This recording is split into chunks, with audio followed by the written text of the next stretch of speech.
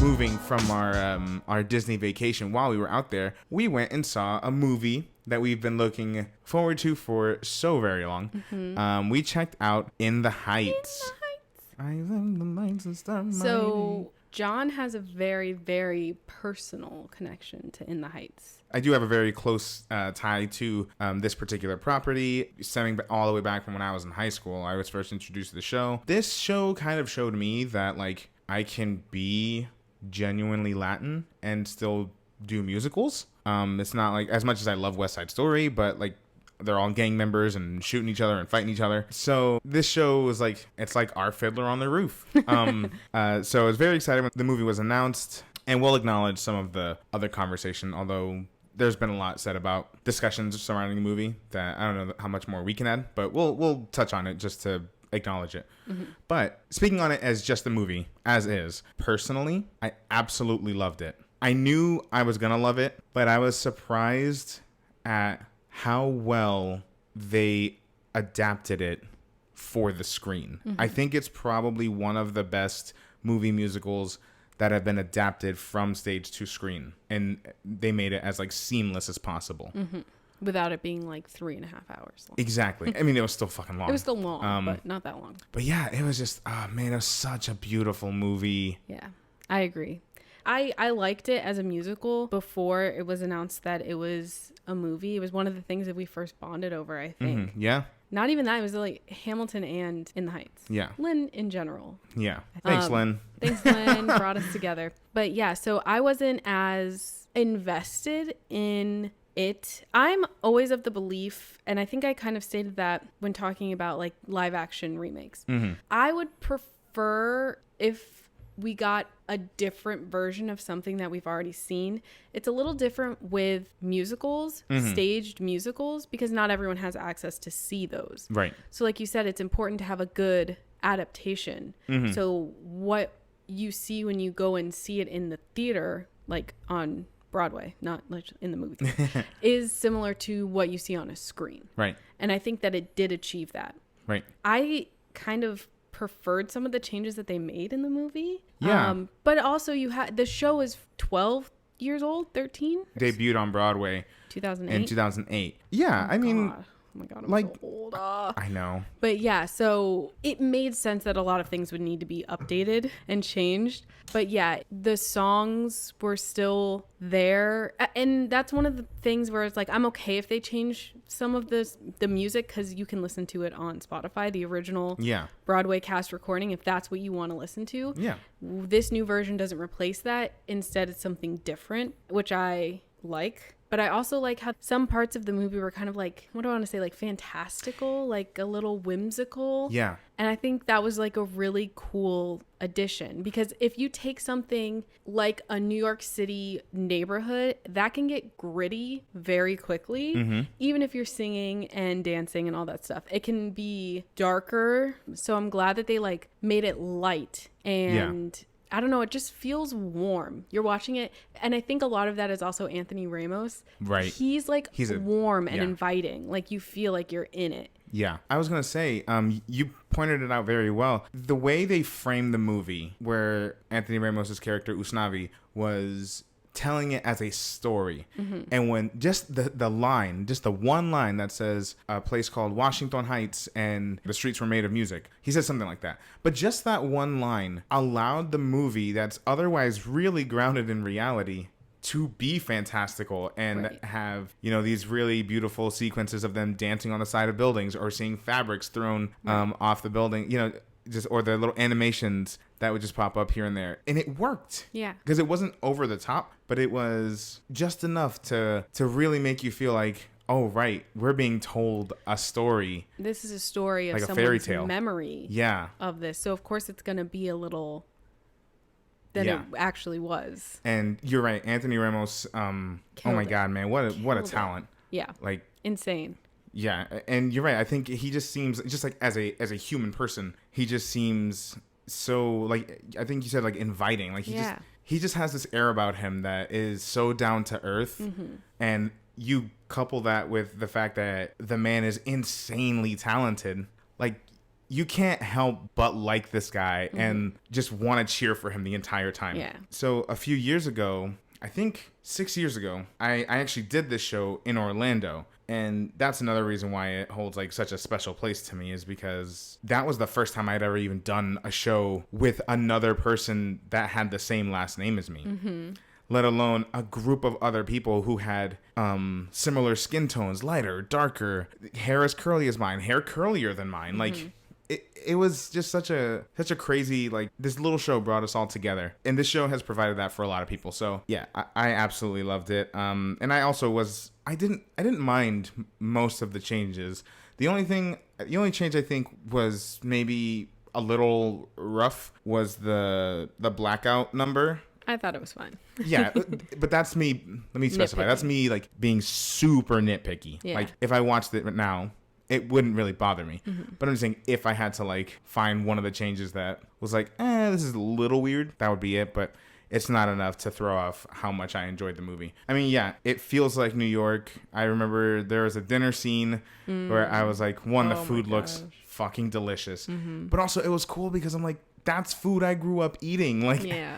like, I recognize that. My grandma used to make that food. My mom makes that food now. So, like, it's really cool, like, seeing some of the most authentic representation. Now, I mean, granted, we'll get into it in just a little bit. We'll talk a little bit about how it wasn't entirely authentic, but like I said, speaking to it as a piece of art as it is now, I absolutely loved it. One of the highlights was the Abuela Claudia stuff. As it always is. It was the same way in the show, and Olga Merediz, who played the original Abuela Claudia on Broadway, she reprised her role for this. You couldn't get anybody else. Yeah. I mean, and poor Kendra, she had to just sit there while I'm in the theater, bawling, fucking sobbing. My eyes are getting a little watery just thinking about that scene, because it was just heartbreaking, but it was beautiful. And just that's just the whole movie. Yeah. Granted, don't get me wrong, it has a happy ending, but like, it's just like, the journey this movie takes you on is just something beautiful. I couldn't help but, even in the opening number, just cry, because I'm seeing all of these beautiful Latin faces. They're just beautiful. They were dancing and singing, and I'm like, oh my God, like. And it's like something that you've enjoyed for so long, and you're like, now other people get to see it. Yeah. That said, this movie did go through a little bit of a controversy, like with most things, like in most facets of entertainment. Racism, colorism, these are issues that aren't unique to the States. It happens in other countries. It happens in Latin America. It happens in Puerto Rico. It's unfortunate, and it's not right. So this movie kind of dropped the ball in terms of casting. There was just a very big absence of Afro-Latine talent within the main cast, and they're very few and far between in the ensemble of the movie, which is unfortunate because it's not entirely representative of Washington Heights. Now, granted, I'm not a resident of Washington Heights. I've never been a resident of Washington Heights. I live in Florida. But that's the main thing, is that they could have done better.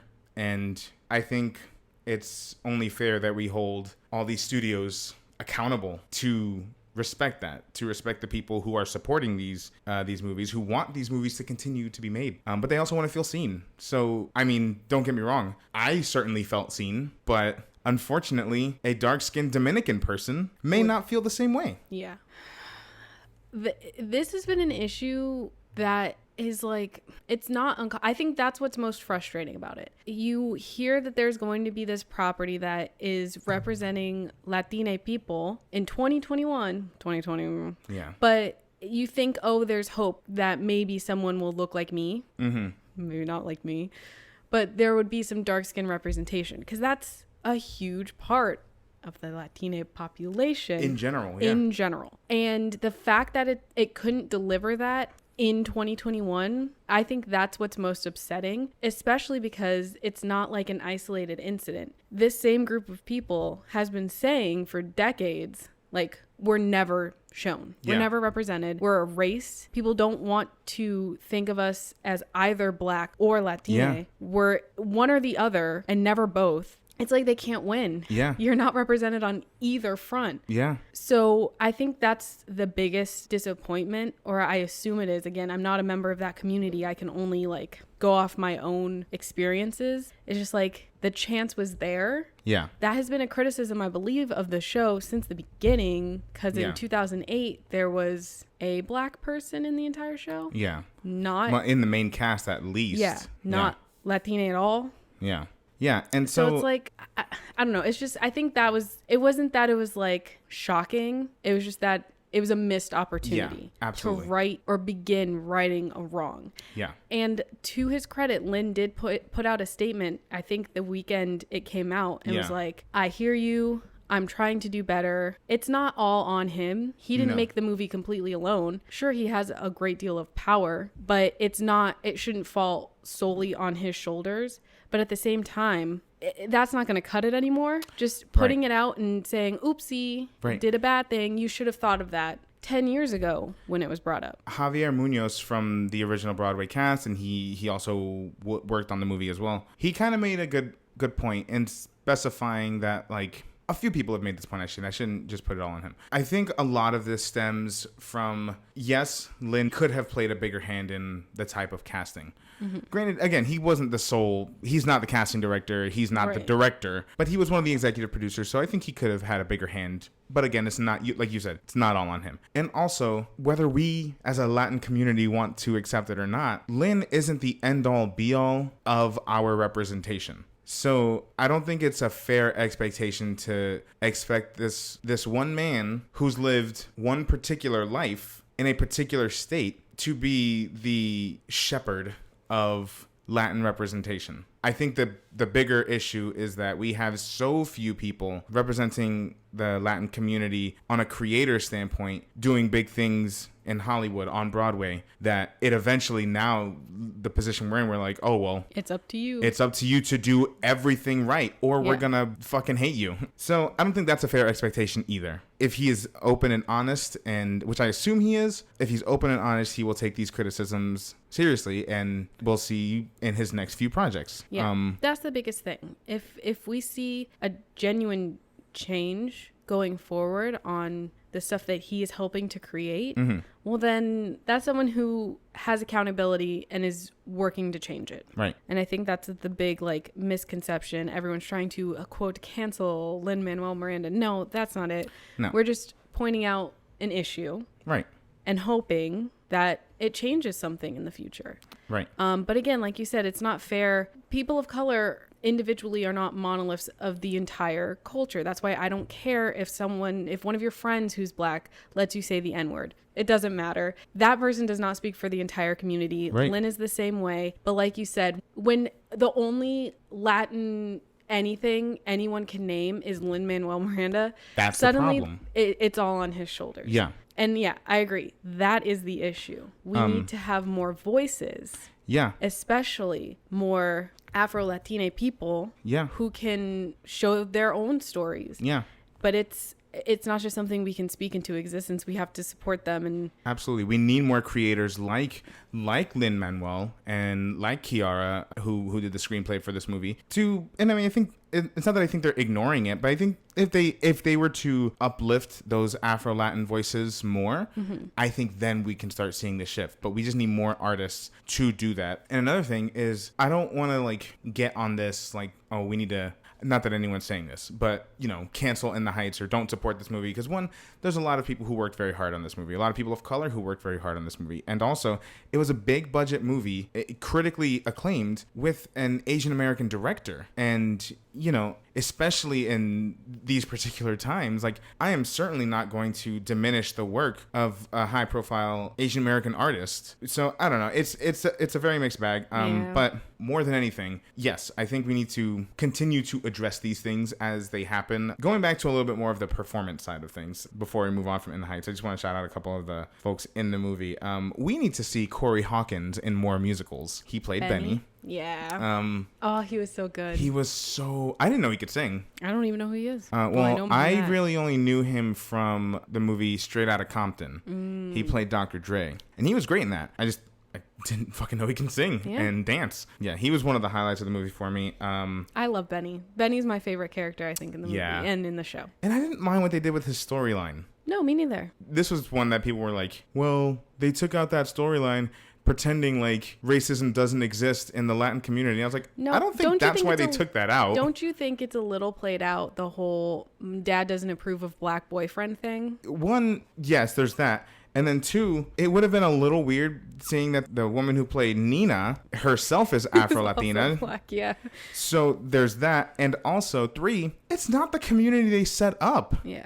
It would be they made it more pleasant than it was in the show. In the show, it was only Kevin who had a stick up his ass about it. It was literally no one else. So even in the show, one could argue that like that's not the show they set up. I don't get why people were like really gung-ho about adding that storyline in. Love Jimmy Smits and everything. Yes. I love Min-Manuel. Well. Oh my God, this is evil alter ego. This is Eagle. Oh my God. He needs some milk. I personally really, really loved Melissa Barrera in there. She played Vanessa. I usually connect more with Nina when I see the show, but for whatever reason. You said that the minute we left the theater. I was like, oh my gosh, like Vanessa was so good. Yeah. The whole movie was just fantastic. I highly recommend it. If you can see it in a theater, I absolutely recommend you go support this movie. I would recommend seeing it in a theater where the city has a very high Latina population. Yes. That'll make it real fun. You can go back on our YouTube channel. I did a little fun reaction to a video of myself singing Piragua when I did the show 6 years ago. And I have a couple fun stories of that particular production, particularly a story about Carnaval. So if you so please, the video is less than, I think, 10 minutes. So check that out. That's kind of our bit on In the Heights. Would certainly recommend if you don't feel comfortable going to a movie theater, if you're not vaccinated. It's on HBO Max right now. I think it's on HBO Max through July 11th. It was definitely fun, entertaining. It's a little long. Stay after the credits. Stay after the credits and pee before you get into the theater because it is. Bring some tissues.